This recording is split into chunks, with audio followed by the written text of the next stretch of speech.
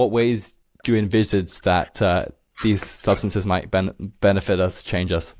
I mean, I always think about the Eleusinian Mysteries in ancient Greece, which were sort of like the most established of the mystery cults in ancient Greece. The Eleusinian Mysteries lasted 2,000 years, longer than Christianity really at the moment. And they were, now it's not absolutely, there's no hard evidence that people took psychedelics in these mysteries, although there's some evidence actually from Spain recently. But they took a potion and they entered a darkened temple, and they certainly had, it seems, what we would define as a mystical experience, however it was occasioned. And this wasn't to cure people, it wasn't for the sick, it was for everyone. People believe that all Athenians went there, including the great philosophers, Plato, Aristotle, and so on.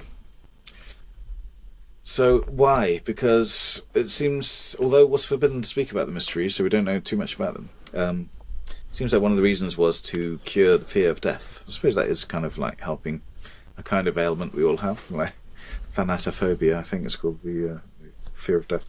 Well, that's one thing. So I think that psychedelics could be used for end-of-life care, for example. I mean, there's experiments on that already. I guess that's still therapy, though, isn't it? I think beyond that, I mean, you can only speculate here, but it would be, if you look at like Santa Daime, these Native American churches generally, their purpose is not therapy so much. It's like a greater, let's just say, to generalize, like an enrichment of life. So, you don't have to go to musical concerts. You don't have to listen to music. But if you do, it enriches your life.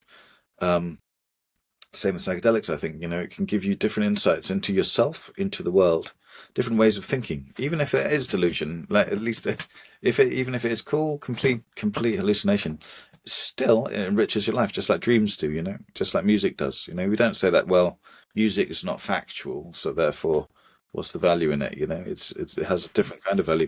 Psychedelics do as well. Also, yeah, and so I think that one could foresee a future where psychedelics are used as a kind of as an institute, really, a bit like the mysteries, to just provide, to enrich people's lives, to make them see the world in different ways. In other words, not to sort of take people away from dogmatism, perhaps, and just allow people to experience more of reality than they otherwise would. Because, although the veridicality is at question with a lot of these psychedelic experiences, the objective truth of what is seen, the actual experience is real. And, in other words, it happens. And some people experiencing that, you can get a lot out of it just through that. I should add a warning, though. It's not for everyone, really. So there are reports, there are many, bad trips that happen as well. People get very anxious. For example, I've got a lot of gothic imagery, like satanic stuff, which I'm fine with, but I think a lot of people wouldn't be.